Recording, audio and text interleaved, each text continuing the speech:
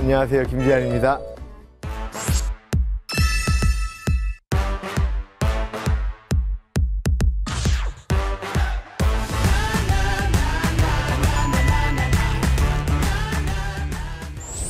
네, 그 지난번 2강에 이어서 오늘도 이 아이들이 주민번호 없고 국적 없고 기본권 없는 아이들이 받을 수 있는 최소한의 복지 제도에 대해서 좀 더 이야기를 나눠볼까 합니다. 네. 여러분들 아기들 출생신고하고 주민번호 조합받는데 얼마나 걸리실 것 같으세요? 한 5분이면 안 돼요.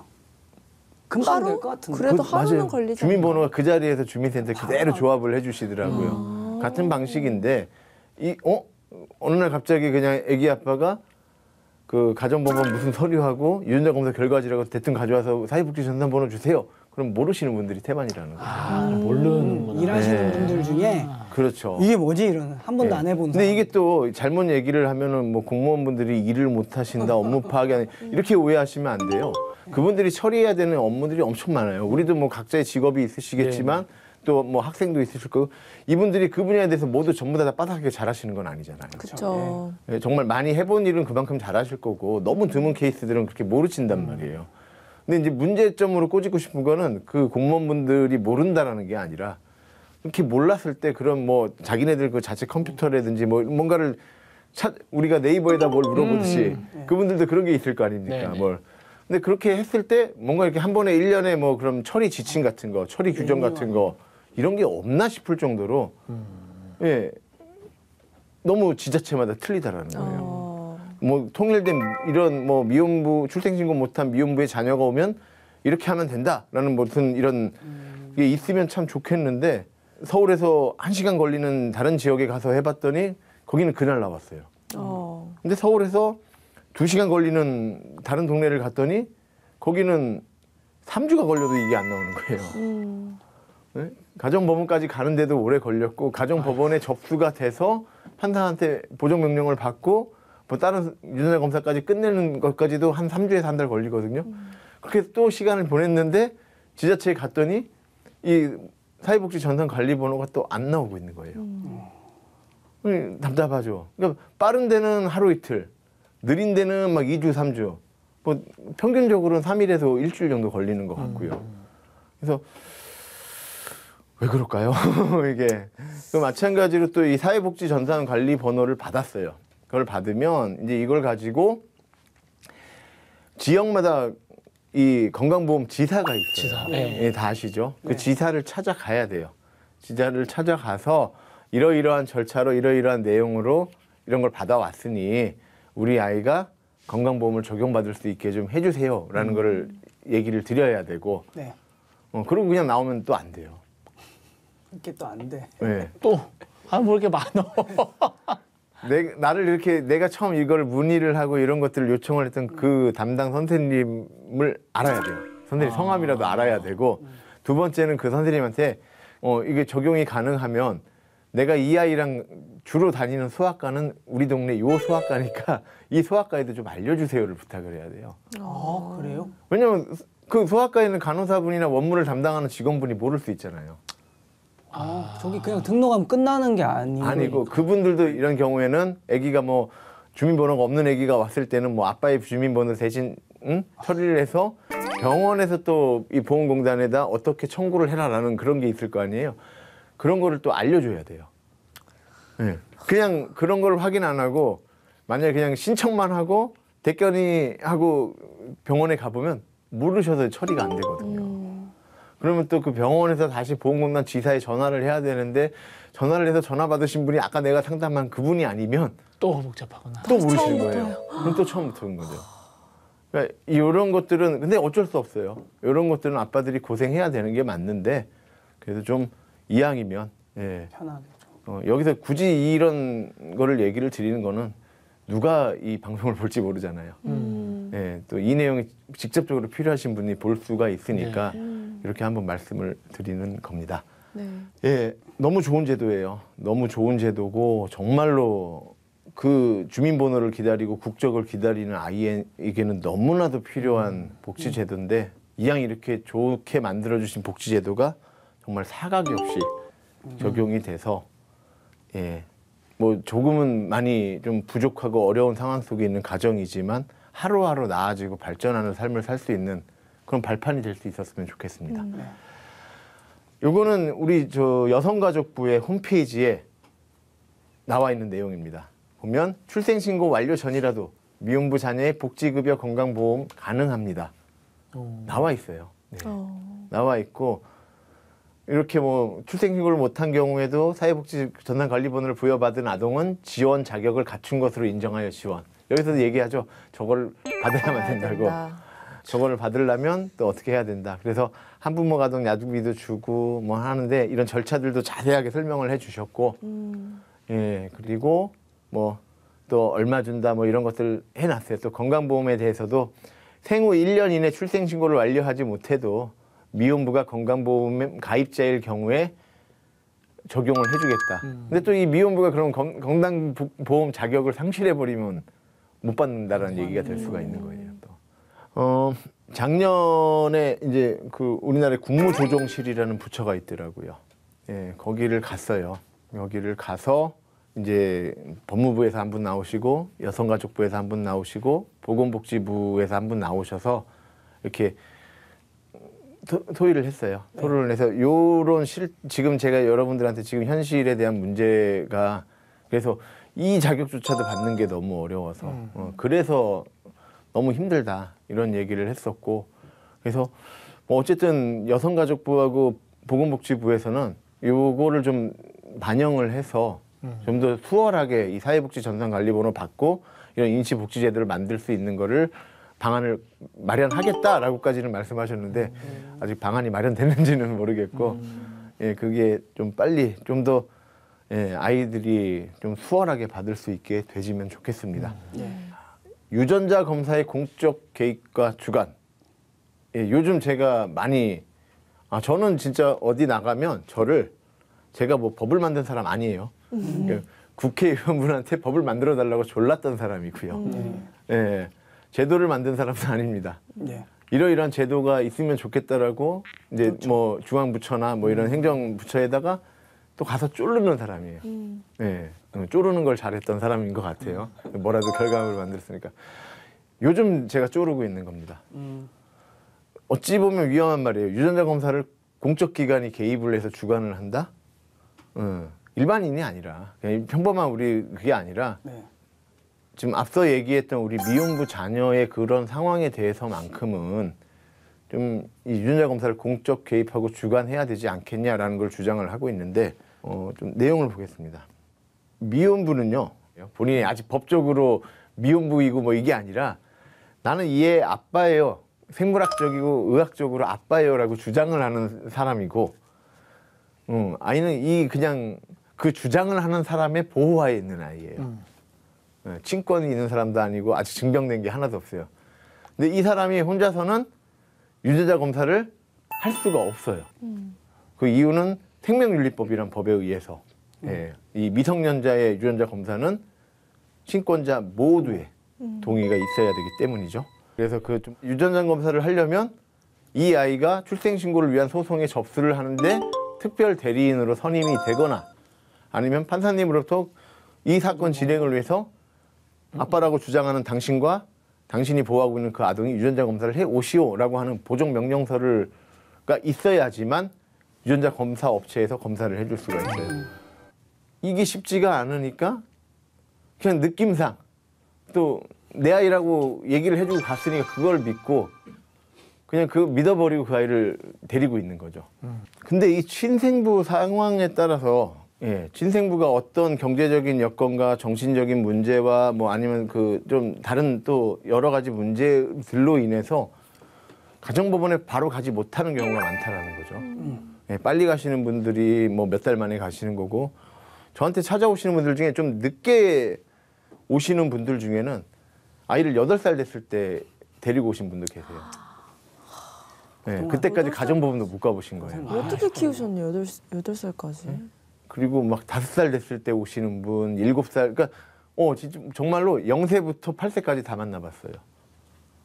네, 그리고 몇 달 안 된 것 같아요. 막 제주도에서 성인이 됐는데도 출생신고 못 하신 막 그런 자매 있으셨다고 뉴스에 몇 번 나왔었던 것 같고요. 뭐 어쨌든 간에 본인 상황에 의하여든 국가가 만든 제도와 법으로 인한 기간 때문이든 이 기간을 버티지 못하고 이 아이를 살리고 지키기 위해 양육을 포기하는 가정이 계속 발생되고 있는 거예요.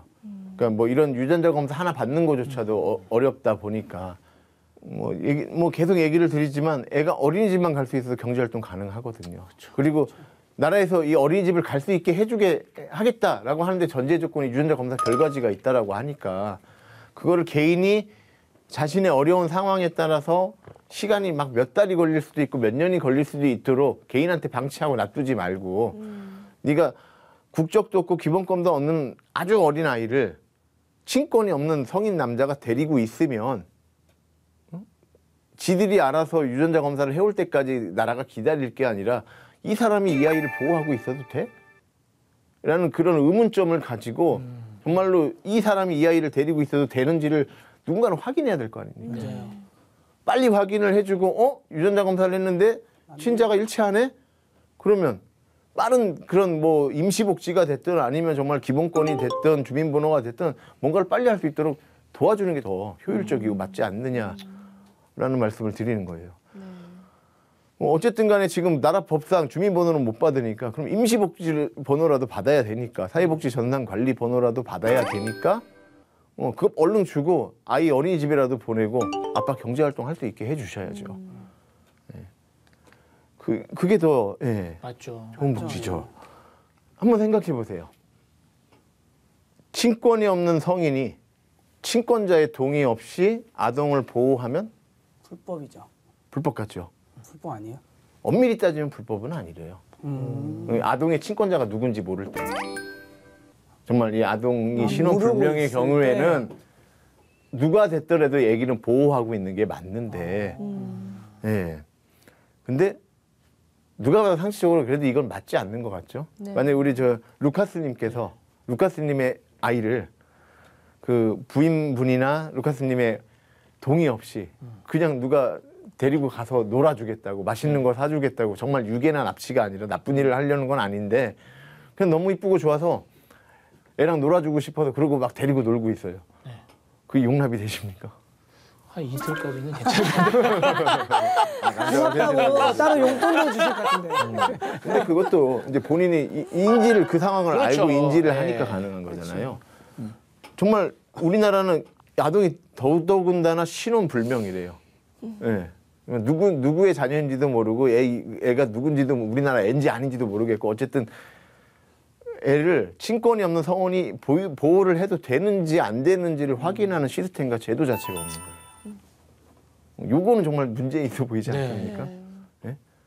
그래 요거는 뭐 어떻게 되든 이게 불법이냐 아니냐 뭐 따져가면서 뭐 이렇게 기분 나쁘고 개인 간의 문제를 어떻게 할 수 있다고 쳐요.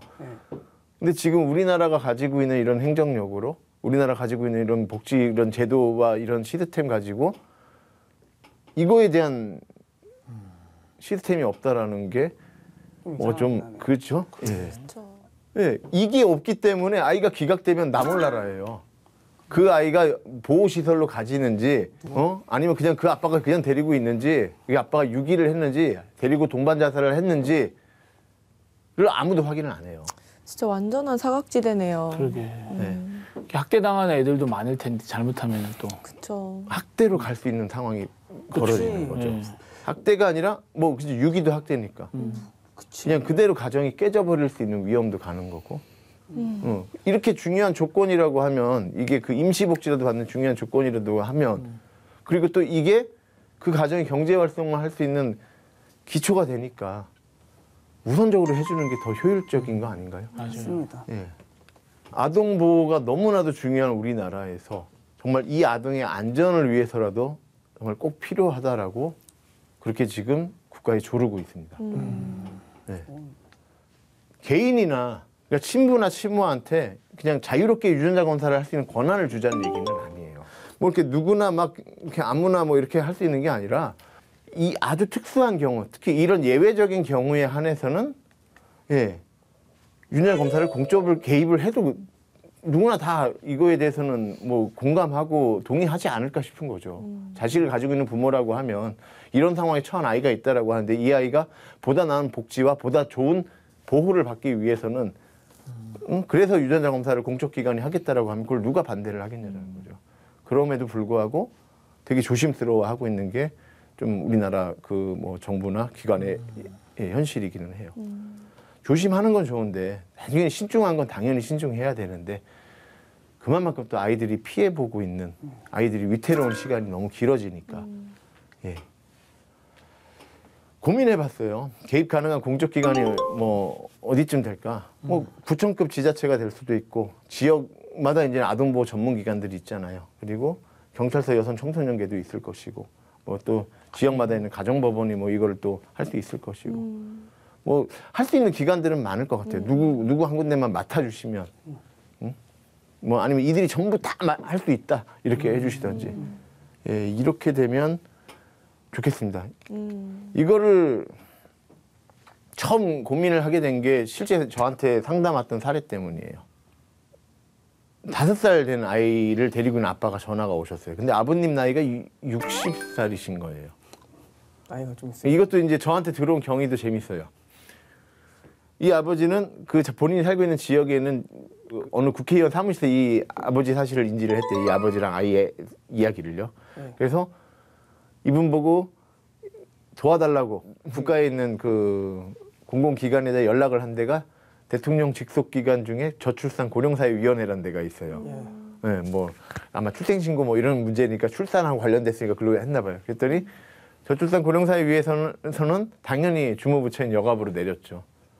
그리고 여가부에서는 예, 이런 아빠 있는데 한번 도와주시면 어떻겠냐고 저한테 전화가 오신 거예요. 그러니까 정부 기관을 통해서 저한테 오신 아빠이셨던 거예요. 네, 그렇게 해서 어쨌든 상담을 했더니 막 전화를 했더니 정말 아이가 5살이 됐을 때 이렇게 저렇게 뭐 힘들게 좀 돈을 마련을 해가지고 변호사님 한 분을 선임을 해서 소송 진행 중에 있으시더라고 하더라고요. 아, 그럼 유전자 검사는 하셨습니까? 아직 안 했대요. 그럼 뭐 조금 있다가 뭐 법원에서 이런 명령서가 올 거고 그거 가지고 유전자 검사 하시고 그 유전자 검사 한 거 가지고 뭐 어디 찾아가서 지자체 찾아가서 이런 신청하세요. 이거 싹 다 알려드렸죠. 그리고 한 달쯤 지났나? 전화를 드려봤어요. 안 받아요. 전화 안 받으면 되게 무섭거든요. 출생신고 되고 난 방금 무서웠는데. 출생신고 되고 난 다음에 전화를 안 받으시면 편해요. 아, 네. 잘 지내고 계시고. 너무 잘 살고 계시고 내 전화가 귀찮을 정도로 잘 살고 계시는구나. 근데 출생신고 안 됐는데 전화를 안 받으면 불안해요. 또 했죠. 막 문자도 남겼죠. 답변이 없으세요. 찜찜하게 걱정만 하다가 그로부터 또 한 달 뒤에 이분한테 전화가 오시는 거예요. 아, 어떻게 됐냐고. 지난번에 전화 안 받았냐고. 아, 좀 사정이 있었대요. 근데 꼭 좀 만나서 얘기를 할 게 있대요. 아, 급하시면 전화를 하시라고. 안 된대요. 꼭 만나서 해야겠대요. 그래서 만나러 갔어요. 유전자 검사를 했는데 친자 불일치가 났다는 거예요. 5살이 됐는데 아기는 5살이 됐어요. 네? 그래서 그렇게 5살이 됐을 때 겨우겨우 가정법원에 돈을 힘들게 막 이분은 나이가 60이라고 하셨잖아요. 예.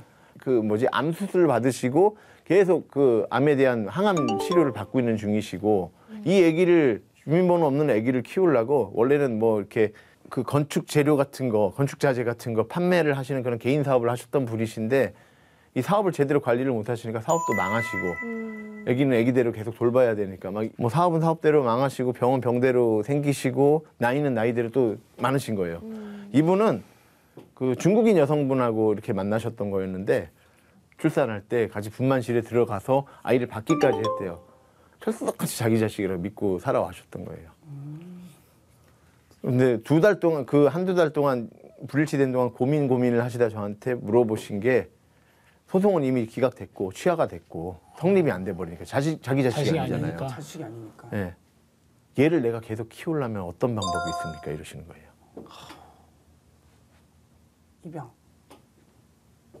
입양 조건이 상당히 까다로워요. 나이가 많으시고 경제적으로 여유가 좋지 않으시고 또 그렇게 지병이 있으신 경우는 또 안 된다고 건강이 안 좋으시면 안 된다고 하더라고요.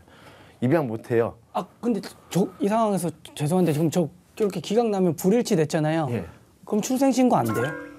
안 되는 안 거죠. 되는 거죠, 그렇죠? 그럼 안 되는 그렇지. 거죠. 그럼 네, 아이가 이 상태에 있는 아이는 어떻게 되냐면 이 아빠가 어디 그런 아동 보호 시설로 보내든 보내거나 자기가 계속 데리고 있든 아니면 어딘가에 그냥 누구한테 넘기든 그 누구도 확인하는 시스템이에요. 몰래 데리고 있어도 나라에서 그래서 몰래 그거를 저거. 그 방법을 그러네. 발표해줬어요. 이것도 네. 좀 어떻게 보면 방법이 하나는 있습니다. 아버님 출생신고 하지 마시고요. 만 한 15세, 16세 될 때까지 아버님이 그냥 이대로 10년만 더 키우세요. 그리고 아이가 만 15세인가 만 16세가 되면 미성년자지만 자기 의사표현을 정확하게 할 수 있는 법적인 나이로 인정이 돼서 아이가 본인의 성본 창설을 그러니까 있구나. 뭐 인증 어디 김씨 뭐 어디 이씨 이런 식으로 성본을 창설을 하고 자기 혼자만 있는 가족관계 등록부를 창설을 할 수가 있어요. 그렇게 해서 두 분이 동거인으로 사시라고 일단. 네. 동거인으로 사시다가 이 아이가 다시 성년이 되면 성인 입양하시면 된다고. 그렇게 하면 계속 같이 사실 수는 있다고. 그런데 아버님, 아이 어머님 원망 되게 많이 하고 하셨잖아요. 이 아이 살면서 계속 이 아이 원망 안 하실 자신 있으세요? 지금까지는 내 인생 망하고 내 새끼가 이렇게 힘들게 살아가는 이유가 그 엄마 때문이라고 하셨잖아요. 생각날 텐데. 날 거 아니에요. 근데 그 다음부터는 아버님 눈앞에 있는 이 아이도 그 원망의 대상이 되는 거 아니세요? 정말 자신 있으세요? 차라리 아이가 보육시설로 가고 아버님이 일주일에 한 번이든 3일에 한 번이든 한 달에 한 번이든 자주 아이를 만나러 가주시는 건 어떻겠습니까? 그 두 가지 방법 말고는 없을 것 같습니다. 그렇게 설명은 해드렸어요. 되게 슬프지 않나요? 슬프죠. 그 아빠 입장에서도 또 좀 미리 해야죠. 어떻게 됐어요? 그 뒤로 연락이 다 끊기셨어요. 선택은 뭐 하든 중요한 네, 거. 저한테는 아무런 그런 힘이 없다 보니까 그 아이가 어떻게 되는지 확인할 길조차도 없어요. 그분이 알려주지 않으면. 어디 공적이네. 거짓말할 수도 있고. 제가 맡았던 그렇게 소송을 도와주겠다고 맡았던 아빠와 아기들 중에 친자 불일치가 나온 사건이 3건이 돼요. 3건이나 돼요.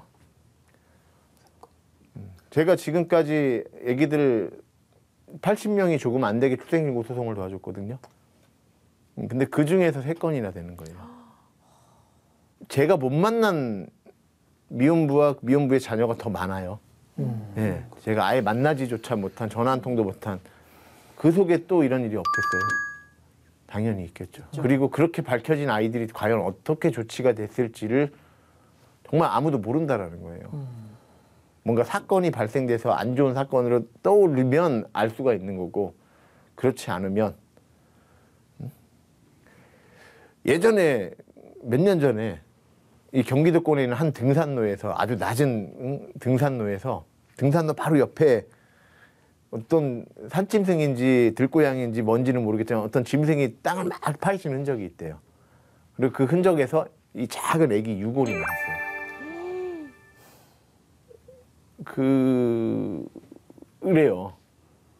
그렇게 작은 애기들은 어디 가서 어떤 일을 당해도 아무도 알 수가 없어요. 이것도 자체가 누군가가 뭐 아기가 없어진 걸 인지해서 수사를 해서 뭐 밝혀진 게 아니잖아요. 그치. 그냥 우연히 어렵다. 산짐승이 땅을 판 거잖아요. 그래서 밝혀진 거잖아요.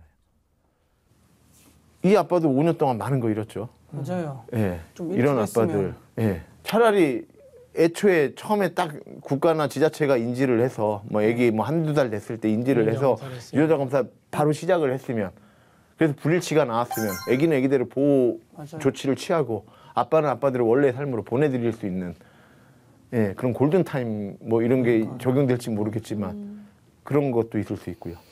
중증 우울증 때문에 심리적으로 대단히 불안정하다고는 다들 인식을 하셨잖아요. 네, 이런 상황에 빠진 아빠들이 얼마나. 근데 이 와중에 내 자식이 아니래요.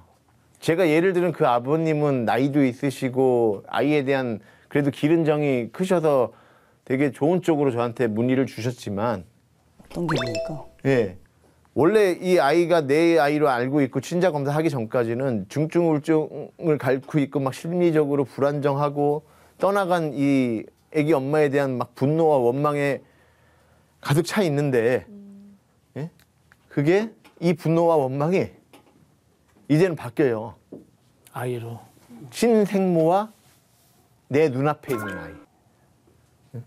친생모와 같이 있는 아이가 아니라 내 눈앞에 있는 이 아이로 정말 그 아동의 안전이 장담이 안 될 것 되죠. 같아요. 이 아이는 지금 그 어떤 뭐 제도권 안에 존재하지 않으니까요.